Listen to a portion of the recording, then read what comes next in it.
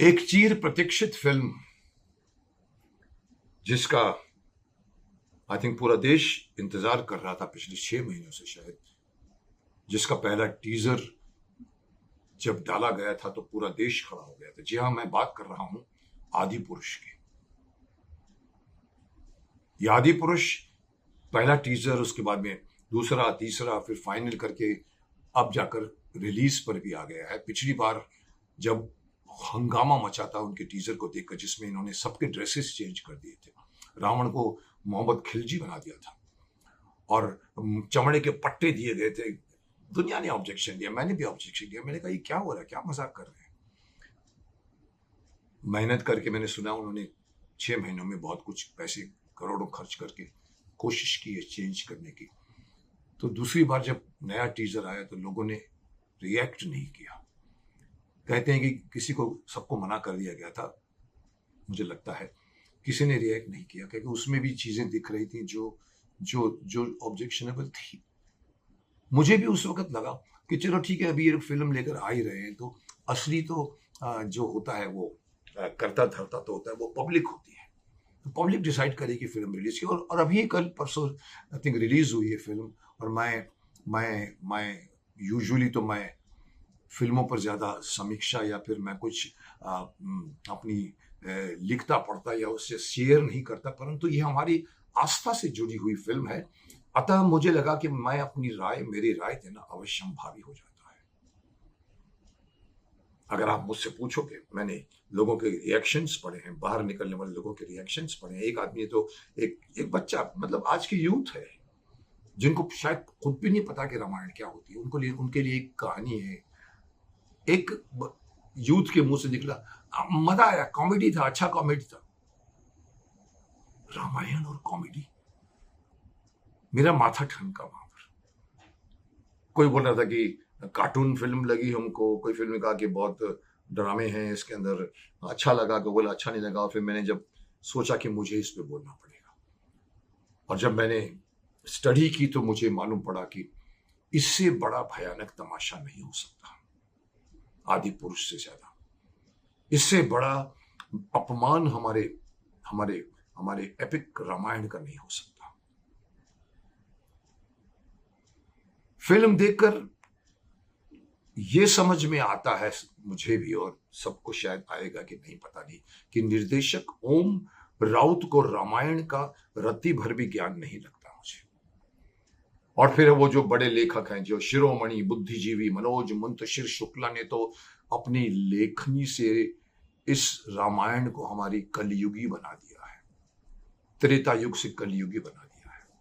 अपनी अपनी लेखन में बेसिर पैर के डायलॉग, सुला देने वाला स्क्रीन प्ले, और ऐसी प्रस्तुति के आदमी नींद करने जाए तो नींद की गोली भी शर्मा जाए।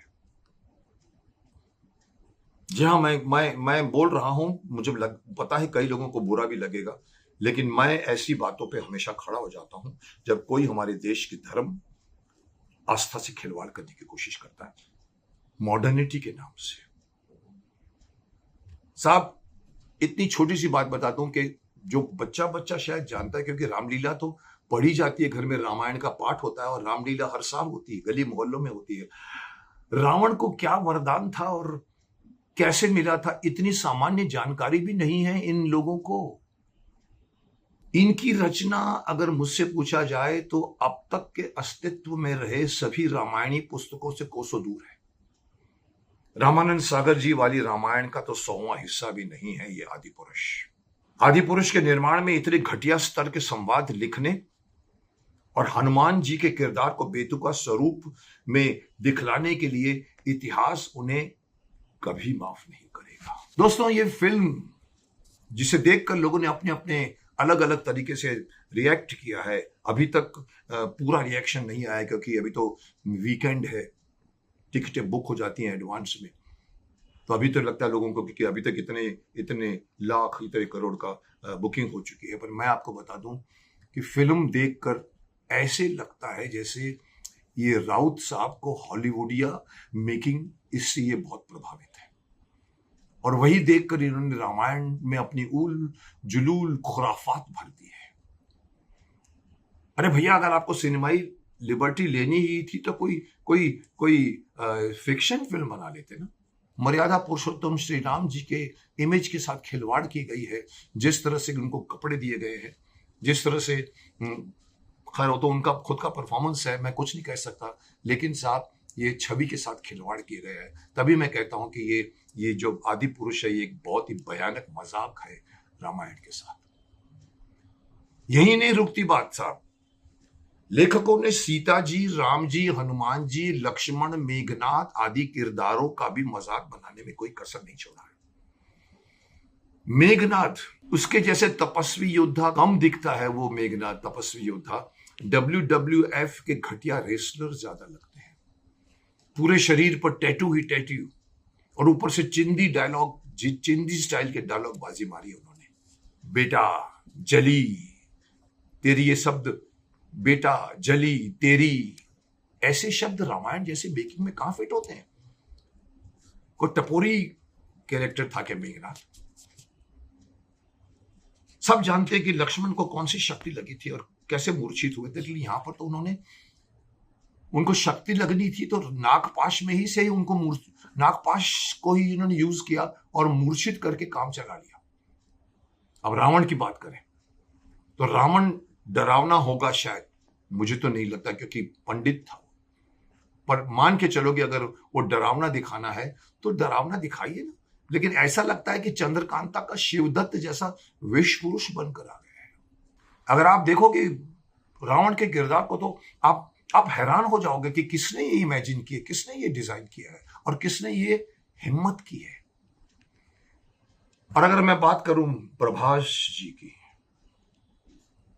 अच्छे इंसान है, अच्छे एक्टर हैं, बाहुबली कर चुके हैं, बाहुबली के बाद और भी फिल्में की हैं, लेकिन मैं कहूं ये फिल्म औरों से अलग थी। प्रभास जी श्री राम को पाने के लिए राम के व्यवहार को अपने अंदर लाना पड़ता है। ऐसे किरदार जब कोई करता है तो उसके किरदार को समझता है। सिर्फ बॉडी ही नहीं चाहिए उसके लिए, बल्कि प्रदर्शन भी अतुलनीय होना चाहिए। सिर्फ बॉडी का प्रदर्शन राम नहीं बनाता आपको।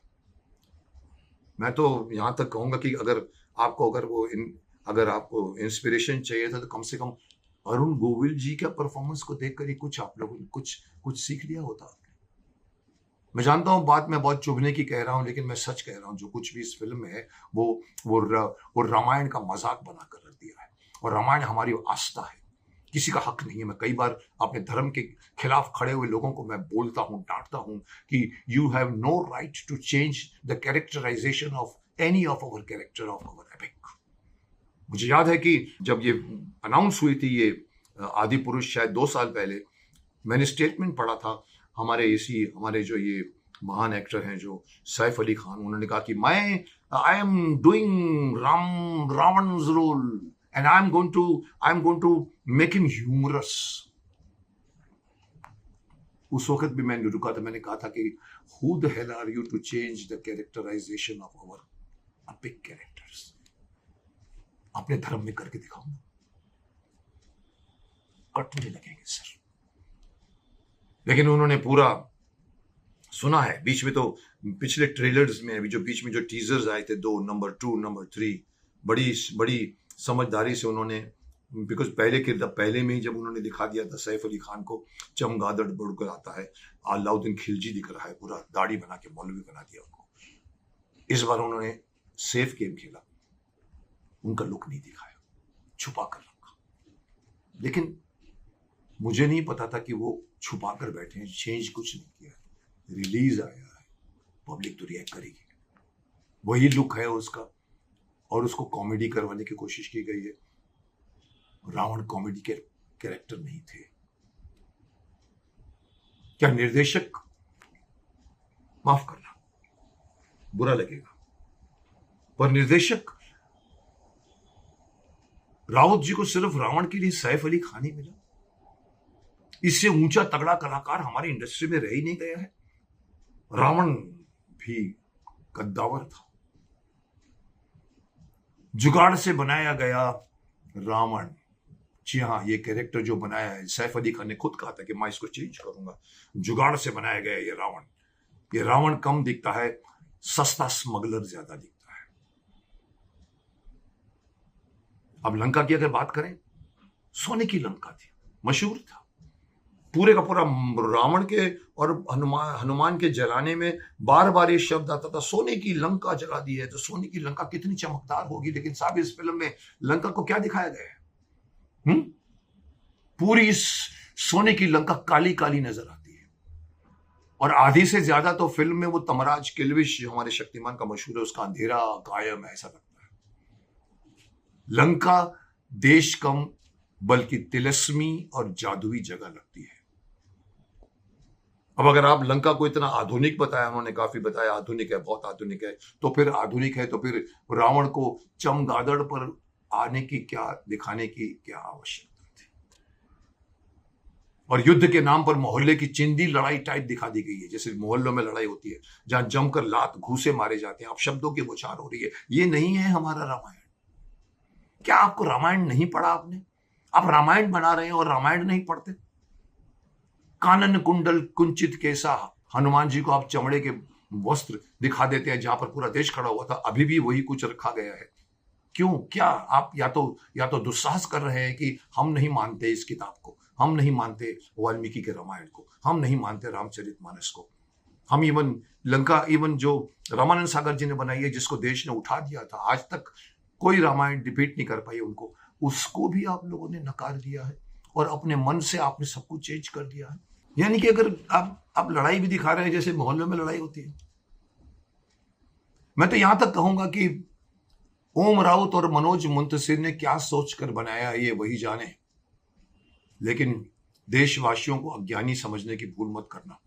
एक आम बच्चे को भी रामायण इनसे ज्यादा पता है, क्योंकि उन्होंने श्री राम कथा बचपन से घरों में धरोहर के रूप में सुनी है उन्होंने, और फिर रामानंद सागर जी का तो अभी कोविड के जमाने में फिर से रामायण को देख चुके होंगे।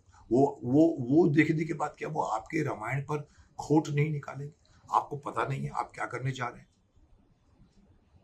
सिर्फ अगर माना जाए तो गीत संगीत और अयोध्या का स्क्रीन प्ले फिर भी ठीक लगता है, जिसके लिए शायद फिल्म देखी भी जा सकती होगी, लेकिन ये ध्यान रहे कि अगर आप फिल्म को देखने जाओ तो दिमाग को अपने घर में रख के जाना, क्योंकि आपको सिर्फ खींच आएगा और क्रोध आएगा। मुझे तो मनोज मुंतशिर के बारे में और उनकी पहले की लेखनी को देखकर यकीन करना मुश्किल हो गया है कि इतने सड़े हुए डायलॉग उन्होंने ही लिखे हैं। हनुमान जी का लुक जैसा डायरेक्टर ने दिया है, वैसा अगर खुद हनुमान जी भी देख लेना तो एक पहाड़ उठाकर बनाने वाली टीम के ऊपर फेंक दें। जी हाँ, मजाक नहीं कर रहा हूं। अगर हनुमान जी भी अपना ये लुक देखें तो जितना गुस्सा उनको कभी नहीं आया उतना गुस्सा आ जाए। फिर चिंदीगिरी परोसी गई है धर्म के नाम पर, चिंदीगिरी, जो फिल्म से जो कतई नाकाबिल बर्दाश्त है हमको भी और पब्लिक को भी। चलिए, मैं आपको आपके एंड में मैं आपके लिए मैं पाठकों की कसौटी के लिए कुछ फिल्म के डायलॉग सुना देता हूँ। आइए मैं आपको कुछ डायलॉग सुनाता हूँ, आपको खुद का पता लगेगा कि किस लेवल की, किस घटिया लेवल की, किस सड़क छाप के डायलॉग उन्होंने लिखे हैं। आपको पता है हनुमान जी लंका जलाते समय क्या डायलॉग बोलते हैं पता है? कपड़ा तेरे बाप का, तेल तेरे बाप का, जलेगी भी तेरी बाप की। कपड़ा तेरे बाप का, तेल तेरे बाप का, जलेगी भी तेरे बाप की।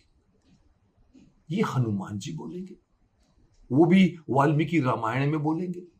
ये एक कमर्शियल फिल्म में आजकल के डायलॉग जिस तरह से सलमान खान भी बोलता है और शाहरुख खान भी बोलता है वो बोल सकते हैं, लेकिन माफ करना, हनुमान जी ऐसे तो पूरे डायलॉग कभी नहीं बोलेंगे। अब आगे सुनिए अंगद क्या कहता है। अंगद कहता है, जो हमारी बहनों को हाथ लगाएंगे हम उनकी लंका लगा देंगे। मेघनाथ का डायलॉग सुनिए, मेरे एक सपोले ने तुम्हारे शेषनाग को लंबा कर दिया, अभी तो पूरा पिटारा भरा पड़ा है मेरे पास। ऐसे दोयम दर्जे के डायलॉग को देश की जनता शायद ही बचा पाएगी। फिल्म के नाम पर कबाड़ा बना दिया इन्होंने। जो कहानी हम सब बचपन से जानते हैं, उसमें इतना झोल करने की इजाजत सेंसर बोर्ड ने कैसे दे दिया? जी हाँ, मैं बार बार ये सवाल उठाता हूं। लोग कहते हैं सेंसर बोर्ड ने पास किया तो आपको क्या एतराज है? मैंने कहा था सेंसर बोर्ड सुप्रीम कोर्ट नहीं होता भाई। अगर सेंसर बोर्ड ने हमारे धर्म को समझने में भूल की है तो हमें उनको अपना धर्म समझाएंगे। और मैं यह सवाल फिर से पूछ रहा हूं, क्या सेंसर बोर्ड हम लोगों के बीच में से निकले हुए पुरुष नहीं है, नारियां नहीं है, जिनको पता नहीं है कि रामायण हमारे यहां पर साल भर पढ़ी जाती है? रामलीला का मंचन होता है, राम कैसे होते हैं, लंका कैसी होती है, सीता कैसे होती है। मोहल्ले मोहल्ले में बच्चे बच्चे भी जो परफॉर्मेंस करते हैं वो इनसे बेटर है। कैसे पास कर देते आप उनको? लोग क्यों कहते हैं कि सेंसर बोर्ड ने पास कर दिया था? अरे हमारा तो आपके ऊपर यकीन हट गया, विश्वास हट गया कि अगर आप अगर ऐसी फिल्म पास कर सकते हैं तो फिर सोचना पड़ेगा कि कैसे पास होती है। फिल्म में रावण का दशानन लुक देखकर तो लंका वाले भी 100 गालियां दे देंगे इनको। जी हाँ, लंका वाले भी इनके ऊपर केस ठोक देंगे कि हमारे रावण को आपने कैसे बताया है। मुझे तो समझ में नहीं आया कि 600 करोड़ रुपए कहां लगे। इससे अच्छा तो होता कि आप एक वीडियो गेम बना लेते, बच्चे एंजॉय करते। अब माफ करना, जो मैं कहने जा रहा हूं सुनकर आप लोगों को और सुनने वालों को बहुत बुरा लगेगा।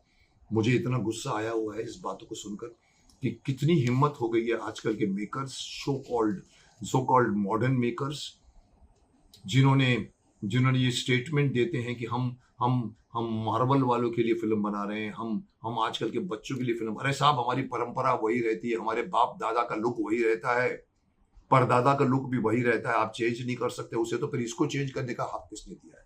तो मैं ये कहना चाहूंगा कि अवार्ड के नाम पर इन फिल्म को क्या अवार्ड देना चाहिए? फिल्म की पूरी टीम को नुक्कड़ पर 50 डिग्री धूप में खड़ा करके झुलसा देना चाहिए। गरुड़ पुराण से कोई उपयुक्त सजा खोज कर इनको देनी चाहिए, क्योंकि ये सिर्फ एक आम फिल्म होती ना तो मैं इतने कड़े शब्दों का प्रयोग नहीं करता। लेकिन हमारी आस्था का विषय कोई उठाकर मजाक बनाएगा तो गाली का हकदार होगा। मैं कभी गाली देता नहीं, लेकिन कोई ना कोई तो देगा इनको गाली। अगर आप पूछेंगे मेरी तरफ से रेटिंग क्या है तो मैं कहूंगा कि 10 में से 1।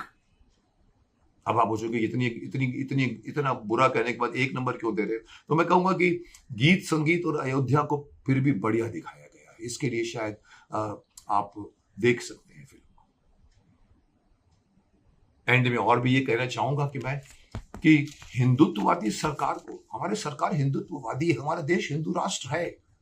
भले लोग खड़े होकर उसके खिलाफ बोलते हैं, लेकिन हकीकत यह है कि हमारा देश हिंदू राष्ट्र था और है और रहेगा। ऐसे हिंदुत्ववादी सरकार को भी ध्यान देना चाहिए। जी हाँ, मैं कह रहा हूं प्रशासन को बहुत काम होते हैं, लेकिन प्रशासन को देखना चाहिए कि क्या कोई हमारे धर्म के खिलाफ या कोई यूथ के खिलाफ कुछ कर रहा है, उसको रोकना चाहिए। तो वो उनको देखना चाहिए कि कोई हमारे धर्म का उपयोग इतने भद्दे तरीके से ना करने पाए। मैं एंड में फिर से रिपीट करना चाहता हूं कि हमारी हिंदुत्ववादी सरकार का ये फर्ज है कि वो देखे कि कोई हमारे धर्म का इस तरह से दुरुपयोग तो नहीं कर रहा है, इंसल्ट तो नहीं कर रहा है। जी हाँ, मैं बहुत कुछ कह गया हूं और मैं यूजुअली किसी फिल्म की समीक्षा नहीं करता, लेकिन मुझे पता लगा जब मैंने लोगों के रिएक्शंस देखा, जब उस बच्चे ने, एक लड़के ने कह दिया कॉमेडी अच्छा था, कॉमेडी अच्छा था, हमको कॉमेडी अच्छा लगा। अरे रामायण में कॉमेडी कहां से आती है साहब? रामायण एक सात्विक विषय है। रामायण एक हमारे देश की परंपरा का विषय है, मर्यादा का विषय है, पिता पुत्र के रिलेशन का सब्जेक्ट है, भाई भाई का सब्जेक्ट है। सुना इसमें भरत तक नहीं दिखाया गया, भरत को भी नहीं दिखाया गया। तो मुझे आना पड़ा और मैंने कहा कि ये फिल्म मैं तो नकार चुका हूं और मैं वेट कर रहा था कि पब्लिक खुद सर्वे सर्वा होती है। अभी तो सिर्फ वीकेंड है, आगे पब्लिक क्या निर्णय लेती है ये मैं भी देखना चाहूंगा। लेकिन मैं सरकार से कहूंगा कि आगे कोई भी इस तरह का मजाक, जिसको मैं भयंकर मजाक कह रहा हूं, बनाने की जरूरत ना करे। सेंसर बोर्ड को भी कहूंगा ऐसी फिल्म को पास करने की कभी कोशिश ना करें। आप गलत प्रेसिडेंट बना रहे हैं आप अपने ऑफिस का। So wait and see the result of this great film, this big film, this is most awaited film Adipurush. Wait and सी क्या होता है इसका।